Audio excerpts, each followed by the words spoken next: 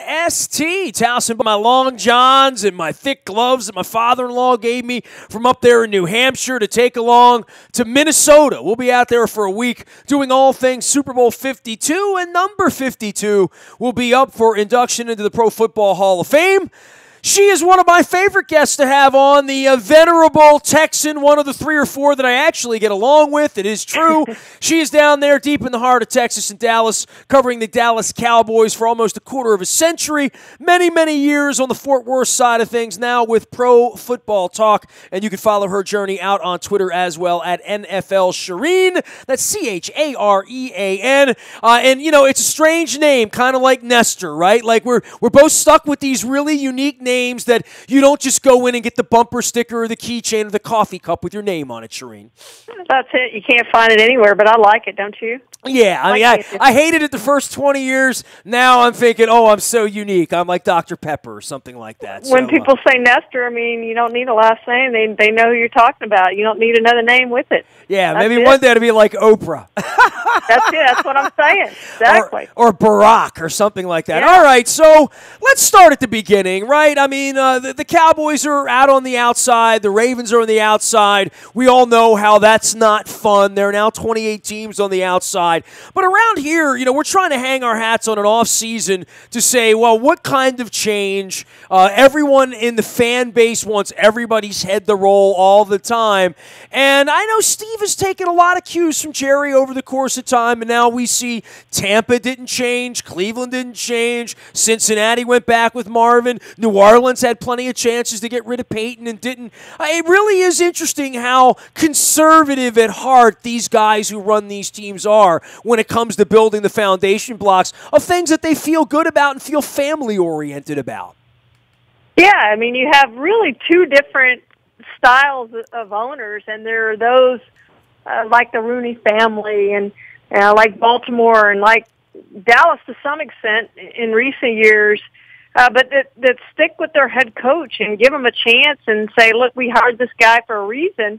We're gonna keep him, and we feel like he's the best choice for us, and this is what we're gonna do. Now, those teams have changed and will change and do change assistant coaches and try to get better in that way, and obviously change players. But they feel like they have the right guy at the top, and so they retain that continuity. And I do think it helps if you feel like that's your guy and you hired him for a reason. You give him a chance if he has a down season or two to turn the thing around and show you that he's got it. And I think John Harbaugh is one of the best coaches in the NFL. And I think if the Ravens were to ever get rid of him, there's going to be a long line of team owners who are going to want to hire him. Well, he had been working for the Giants, 10 hours later. I don't think there's any doubt about that. No question. It is fascinating, though. Old people like you and me that sat around and watched this, we would say, well, it's transitional, and there's a salary cap in the modern era and free agency, and there's bad luck and good luck, and, there's incredible competition and information exchange now at every level, and I'll see you at the I'll see you at the Super Bowl in 2 weeks. I'll see you at the Combine in 6 weeks. I'll see you at the owner. You get onto this pace every year where you say, you really want guys that are equipped, and the guys that have been there a period of time, they get better at the job, even if it doesn't mean wins and losses, and that's the only thing you get measured by. But there is a comfort level to all of that. And, I would think this many years in, the Patriots have sort of spoiled it for everyone, right? Because there was a 49ers era and a Cowboys era and a Steelers era, and everybody has a little era. But what the Patriots have done here for 2 decades now, you would say, if you're a wise person, you'd say, well, you can't win them all. You can't win every year. At some point, you're going to change quarterbacks. Somebody's going to get hurt. Some weird things are going to happen. You'll go through transitional phases, but the Patriots haven't done that. And here we sit again where the next time you and I get together over a cup of coffee, freezing with scarves and long johns on in Minnesota, I have a feeling we're going to be talking about the New England Patriots, Shereen.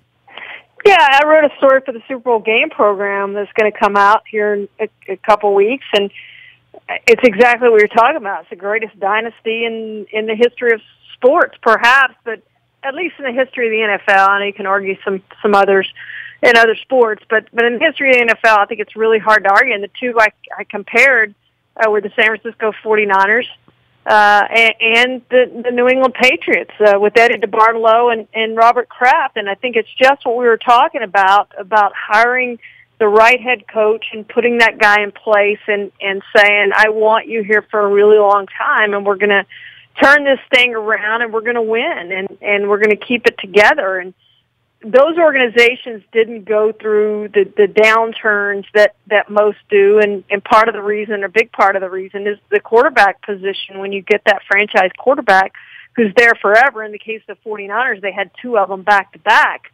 But when you get that guy in place and he stays for so long, you've got a chance to win it every year. But even then, you look at the Steelers with Ben Roethlisberger, they're not there every single year. They haven't gone to 7 consecutive AFC championships. You know, the Saints with Drew Brees, who I think we all would agree is a future Hall of Famer, they haven't gotten there in forever since they won the Super Bowl. So, you know, it is a credit, I think, to that organization, the way they've been able to do this year after year after year. And despite what we all would consider distraction this year, they've just managed to get it done again. And you're right. I think we all expect them to be in the Super Bowl again this season. Everybody except anybody who's a Jaguars fan or in that locker room in Jacksonville. You know, we talk so much about quarterbacks and franchise quarterbacks, and we'll be doing that again in Indianapolis for all the teams at the top of the draft again. And yet we go into this weekend, and it's, you know, Bortles, who I know was taken as a franchise quarterback, but certainly never, ever looks the part. But he is playing football this weekend, and all the rest of them are not. And then on the NFC side, obviously the Case Keenum thing and coming out of a tree and beating us with your buddy John McClain down in Houston 3 years ago put him on the map. But and he looks certainly the part at this point. And Nick Foles that nobody believes in, as his own coach even says. So, you know, it is fascinating that out of these Final Four, we're not talking about the Mannings and the Roethlisbergers. Brady, yeah, sure, we're always talking about him. But this is a whole new cast of characters, and this is really a lot about defense, which is what Ozzy's been trying to do around here. But the defense in Jacksonville leads the day, as well as it does for the Minnesota Vikings, because there's not much to say about these offenses, right? No, I agree with you, and I think it is built on defense. The two backup quarterbacks in the NFC are winning on defense and winning some different ways, perhaps, and we've seen it for, you know, some periods of time here where we've had quarterbacks who we wouldn't consider backup, we wouldn't consider franchise quarterbacks going on and winning the Super Bowl. You know, the name that immediately comes to mind is Tampa Bay, and what they were able to do there, and with that great defense, and to some extent Baltimore, I think you could argue, did that. With their Super Bowl, and, you know, the Chicago Bears with Jim McMahon. You know, we have several instances of this. To do it over a long period of time, I think, is really difficult if you don't have that guy, if you don't have a Tom Brady or a Drew Brees or an Aaron Rodgers. I just think that consistency part of it is really hard to get. But you do have these special years when everything seems to come together and your defense is playing at a really high level. And I think we would all agree that three of the four teams in here are playing defense at a really high level. The one that you probably wouldn't include in that is the New England Patriots, and they played pretty good defense on Saturday night, but we would all say that theirs is probably built more around Tom Brady. But it is a different year and a special year because of what we've seen at the quarterback position with three of these four guys, you're right, who we would not consider franchise guys, being able to get to the championship game. And I will be very intrigued in the offseason to see what happens to Nick Foles, to see what happens to Case Keenum, to see what happens with Blake Bortles. I think he's cemented himself there, and I'm not sure that's a great thing for the Jacksonville Jaguars long term, because I don't think he can do this year after year after year. I just don't believe that. And so they're going to stick with him because of what he's done this season. And for long term, that doesn't appear to be the right answer for that football team. As good as that defense is, they're not going to be able to get back to this spot every single year or have a chance to. I just don't believe that. I don't think that's going to happen. But as to this year, all three of them are playing terrific football, and it's come together, and they got the matchups they wanted. Now they're all one win away from getting to the ultimate game. Charean Williams covers the National Football League and has for a quarter of a century out at Pro Football Talk. You can follow her out on Twitter at NFL Charean. That's Charean.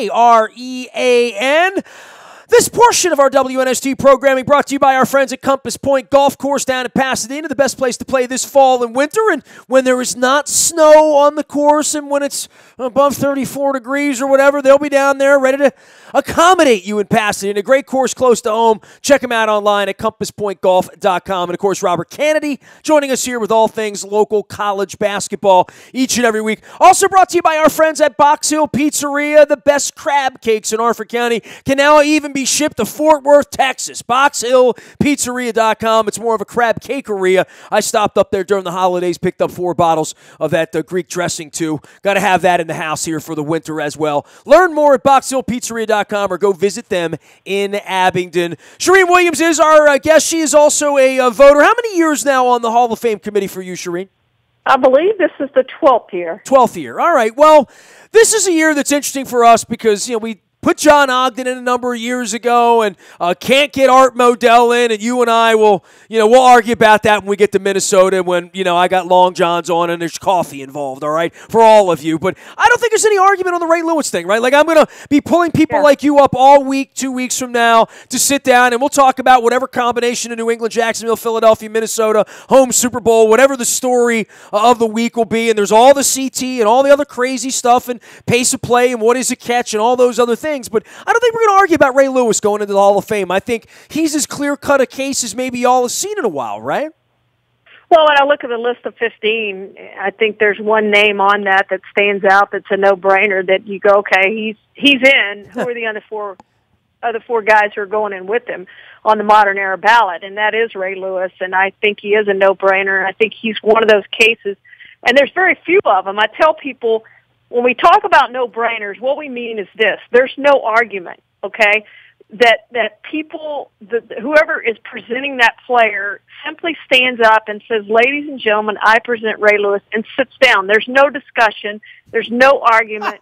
There's no case made. It doesn't need to be made. See, this is why you guys don't let me into the room and let me be one of the voters, because I'd make a case for Ray Lewis, because Ray Lewis deserves to have a case made for Ray Lewis, He doesn't need a case. He's made his case on the football field for a really long time, and I think he's one of those guys. Again, there's only a handful of them since I've been in the room. Brett Favre, Troy Aikman, Emmitt Smith. There's only a handful of those guys that are no-brainer. Even last year, LaDainian Tomlinson had a discussion about him. Okay, he's not one of those no-brainers. Yes, he made it on the first ballot, but there was still discussion about him. With Ray Lewis, I don't think there needs to be a discussion about him. He's in the Hall of Fame. He's had a Hall of Fame career. It's everything you want in a Hall of Fame player.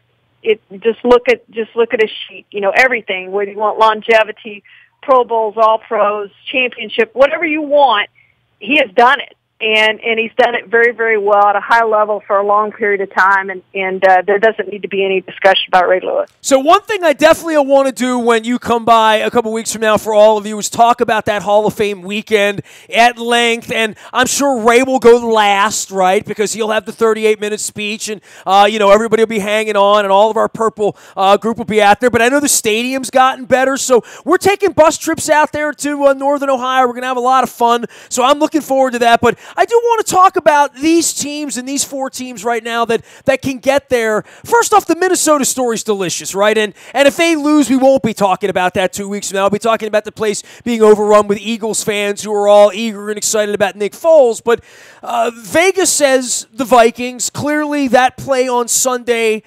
right up there with Jacoby Jones, immaculate receptions, touchdown throwbacks. Pick any sort of way a game could end. You'll never see that again. I mean, a walk-off bomb like that. And I guess from the Vikings' perspective, this whole notion that they can have themselves a purple party up there 2 weeks from now, as someone that goes to City X and sees City Y play City U in state with sunshine most of the time, in dome with corporate fan X coming in, and you and I have done that for a quarter of a century, Shereen, there'd be a whole different thing going on up there 3 below in the Minnesota Vikings in the Super Bowl against Tom Brady. I mean, it really would add some spice to this Super Bowl that would be unlike anything we've ever seen, I think. Yeah, no question about it. And I think the city would be more electric than what it's going to be. Now, having said all that, I think ticket prices are going to be through the roof. But here's the deal. Tickets are gone. Tickets are bought. Tickets are gone. Whoever wins these 2 games will get a handful of tickets. That's it. I mean, the tickets are corporate. Will there be, if the Patriots get in, will there be a lot of people rooting for the Minnesota? Absolutely. It's going to be pro-Minnesota Vikings, but it's not going to be because it's filled with Vikings fans, because the tickets are gone and the tickets have gone to non-Vikings fans. Now, they may very well root for the Vikings again if the Patriots get in. I'm sure they will. But this is not going to be a home game as we saw on Sunday when the place was just electric and you couldn't hear anything. I think it's going to be loud when both teams have the football, as opposed to Sunday when you heard the Vikings offense got on the field, you could hear everything. It was very, very quiet in there. It's not going to be like that for the Super Bowl. But can you imagine ticket prices on the scalping on the secondary market, how much those tickets are going to be going for? It's going to be outrageous. To buy a ticket for the Super Bowl in the secondary market, because you're not going to be able to get on the primary market, but secondary market is going to be through the roof. So well, you can see your team win the Super Bowl, and you don't have to buy a plane ticket. You don't have to buy a hotel. You don't have to do all that stuff that our fans have done in New Orleans and Tampa. How much are you paying for that, Nestor? Thousands, man. Right, sure. Okay. Well, I mean, that's where it is if I'm a Vikings fan and I live in Mankato and I've waited my whole life to see the Vikings in the Super Bowl. Like, 5, 10, like what are you going up to spend money on a ticket? For me, $800. If there's an $800 face value ticket, what do you? And that's the low end, by the way. Of course. But if you get that low end $800 ticket, what would you pay for that? Well, I don't know. My team's already had 2 parades here, so and I'm going to be in Minnesota freezing with you either way. Shireen Williams joining us here, quarter of a century covering the National Football League. She is now with the Pro Football Talk, folks, and I tell you, for the other side of this thing, I guess Jacksonville, maybe it's the sticker on the side of the decal on the helmet, or maybe it's Blake Bortles. I'm sure part of it is that, but they are also the disrespected in all this. They've gone into Pittsburgh and, bloodied their noses twice. Shireen, I got on a plane and flew to London with 25,000 Ravens fans. The knee happened, which has really taken a lot of the wind and the mojo out of the sails of the franchise. And we were losing 41-0 to them. And I still sit here and say, they're the Jacksonville Jaguars. How can they be this good? I don't know. If we get late into the afternoon up in Foxborough and they've taken the ball away once or twice and they force some 3-and-outs and there's some weird special teams thing that happened and Fournette runs the ball a little bit, I mean, the Patriots have lost in New England before. It's not some sort of an invincible thing. And this isn't the greatest version of the Patriots we've ever seen either. Yeah, exactly right. And all those things, I think, have to fall their way, and they have so far in the postseason. And one thing you didn't mention, I would add to that, is Blake Bortles doesn't turn the ball over, and he hasn't. He's been very careful with the football. I heard some people say, oh, didn't Blake Bortles play great? I didn't see Blake Bortles playing great. He made enough plays to win the game, but the defense won that football game. The running game won that football game. You know, I didn't see Blake Bortles doing an impersonation of Tom Brady by any stretch of the imagination. He didn't get them beat and kept them in the football game and allowed that defense and that running game to really take over. Now, did he make some plays? Yes, he made the plays. The throw to the fullback that kind of clinched the game was a fantastic play. It was a good play.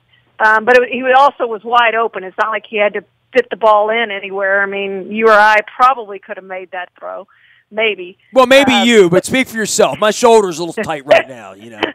But by the way, I was comparing his passes to Billy Kilmer. If that. There you go. Well, I mean, that Bortles can't get them beat. I mean, that's to me, that's the key thing that you start with is he can't get them beat and allow that defense to do what it does and allow Leonard Fournette to do what he does. Now, we also don't know Leonard Fournette obviously left off in the first half. How bad is his ankle going to be coming back? Now, he came back in the second half, but I don't think he was the same guy when he came back. Well, and he needs to be that guy. They need everything to be going perfectly to go into Foxborough and do this again. Yeah. And, I guess the story for the Patriots is if I give you $1 right now, they're going to have another parade in Boston, and how incredibly unlikely this whole thing has been. And, I'm going to ask the same question all Super Bowl week. What are they doing to cheat this year, right? I mean, that would be the real question for them. But America's tired of this, right? I mean, they kind of are. Yes. And I guess it'll be good cop, bad cop if it's the Eagles or it's the Vikings, and certainly the Vikings would have the whole skull thing going on and all of that. But to think that we have another week of Tom Brady and Bill Belichick and we're that close and they're moving up on a double-digit favorite again. Here we go again, right? How do we beat the Patriots? Yeah, I wouldn't be excited by that. I admit, and I don't think anybody else would, except if you live in Boston or you're a Patriots fan from somewhere else, certainly. But they've obviously, they're the best team in football. I think we would all agree right now, and it will be an upset if they don't get there. And all those things that we talk about have to go right for the Jaguars to have a chance to upset the Patriots. And all those things, if the Patriots get to the Super Bowl, all those things would have to go right for one of those NFC teams to beat them too, because it's going to be a difficult task to beat the Patriots for whoever gets them this game and or the next game. Shireen, I tell you what, I've seen some stories in the league, and I'm here with the nastiest, meanest owner you could possibly imagine on the baseball side with Angelos here, and I've seen him sue his partners and fight with pretty much everybody for 25 years. Jerry has been the guy that everybody gets along with and plays nice, and he teaches them all how to make money and all that stuff. Boy, those stories back before Thanksgiving and the whole notion that he's going to go to war with Goodell and sue everyone, I don't think I reached you during that period of time, and I know you've had a long-standing relationship with him from the beginning and understanding sort of the weird idiosyncrasies and what makes him tick, and you've examined him as much as anybody that's covered that team or that beat over the course of time. I found the stuff that was leaking out of there 6-8 weeks ago to be really, really strangely un-NFL-ish, un-Jerry-ish, and I don't know what they're going to do to put that back. But the sort of the saber rattling of all of that, I'm sure that's to be continued, and that's going to be bubbling up right around the time the owners' meetings come, right? Well, it'll be interesting to see if Jerry settled down. He was upset about the Ezekiel Elliott decision, and he feels like Roger Goodell lied to him to his face about the 6-game suspension, that Roger wasn't going to suspend Ezekiel Elliott, and then ended up doing just that. And that's what he was mad about, and he vowed to get back at Jerry, get back at the commissioner, and obviously threatened a lawsuit and all those things. Now, he sued the league before. If you go back to 1995, he wanted to have sponsors in his stadium, Nike and Pepsi and Lay's and all those Miller Lite and the Cowboys still are the only, if you see those Bud Light commercials with your team, pick your team, Cowboys are the only one not in there because they're sponsored by Miller Lite. And he took the NFL to court, and they settled, and he got his way. And again, it was a way that the owners made a lot of money off of sponsorships within their stadiums that weren't tied to the team. And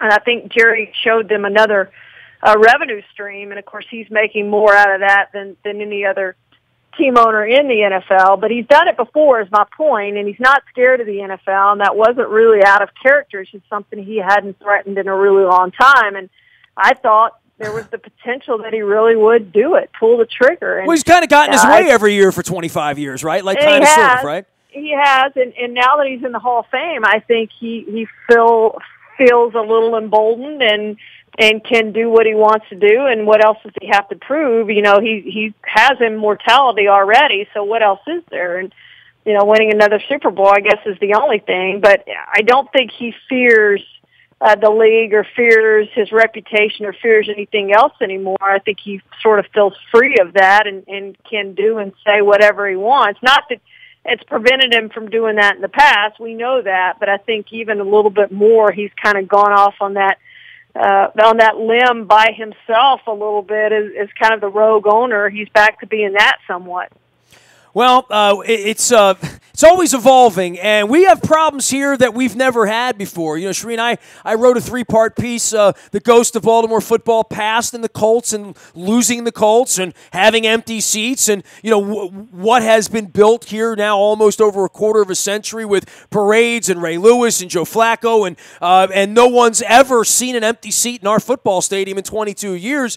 until this year. And, this has been a real mess with the knee and with the league and with the president and with how the league has reacted and how Jerry and Goodell have reacted to this. And I don't think that thing's going away. And Colin Kaepernick and blackballing a player over civil rights. I mean, this thing's just getting started, I think, from that part of it. And I do think this last weekend, the sort of a 48-hour grace period of playing some pretty good football games this weekend has us talking about football again, which is probably not a bad thing heading into the Super Bowl 2 weeks from now. But this thing's going to pick itself right back up in the offseason, I have a feeling. And certainly here in Baltimore, when those PSLs and the offseason tickets come out, you could not give your tickets away around here. There's been a real change in the temperature for the Ravens here. And it's got to be a little frightening from the inside, I think, because I don't think they could have ever envisioned this happening here. Yeah, there's going to be a lot of off-the-field things go on, and we're going to talk, Thursday night football is yet to be decided. Do we continue with that? And there was a report this week that the ABC wants to get the bidding for that, so it looks like that's going to continue, and there'll be CTE, and there'll be talk of what is a catch, what isn't a catch, and all those issues that'll bubble to the forefront. I think the national anthem is going to be a big issue in the off season, whether they keep teams in the locker rooms during the national anthem moving forward. So a lot of things yet to come in the off season, and I think it's going to be an intriguing off season, perhaps more so than in recent years, with everything they have to discuss around the league and within the league, and changes they might make moving forward. She is Charean Williams. She is a Hall of Fame voter. She can be found out on Twitter at NFL Charean. That's Charean. And a writer now with Pro Football Talk. You can find her out there. And a proud Aggie who makes no excuses for Johnny Manziel. Right? That's right. Absolutely. Always great to visit with you. Hope to see you in Minnesota. And vote 52, Charean. That's all I can say. Thank you, Nestor. See you soon. There she goes. Charean Williams, deep in the heart of Texas, down in Dallas. You can find me out in the buyatoyota.com audio vault 24 hours a day from anywhere in the world on your mobile device by downloading the TuneIn Radio app. We do come in crystal clear from anywhere in the world. The morning newspaper ships digitally to your email inbox at 7 a.m. each and every morning. It will include one chapter each day from Purple Rain 2. It is the 5th anniversary, 5 years since we won the Super Bowl here on that beautiful evening in New Orleans, and that parade. It was lovely. I wrote a book about it. Every day a chapter is coming out. So Ray Lewis and O.J. Brigance and Art Modell and Joe Flacco and the drafting of Joe Flacco and philosophical draft issues that have now moved to Philadelphia with Joe Douglas, quite frankly, this week. So good stuff there. Check it out in the morning newspaper. It's all brought to you by Planet Fitness and PlanetFitness.com. Nasty at WNST.net finds me. Facebook, Twitter, LinkedIn, Snapchat, Instagram, the previously mentioned Ray Lewis Canton Pro Football Hall of Fame weekend. We are doing a huge bus trip. It is our 25th anniversary. We're going to be taking some folks out to Northern Ohio and having some fun for a change in the summer in August. So throw me a note on that. We'll be putting that together as Charean and the other voters vote Ray Lewis in. So we expect that to happen on February the 3rd. You can find me anytime, anywhere, Facebook, Twitter, LinkedIn, Snapchat, Instagram, streaming live on our Facebook Live, as well as our YouTube WNSTV channel. I am Nestor. We are WNST.net, AM 1570, and WNST Towson, Baltimore. And we never stop talking Baltimore sports.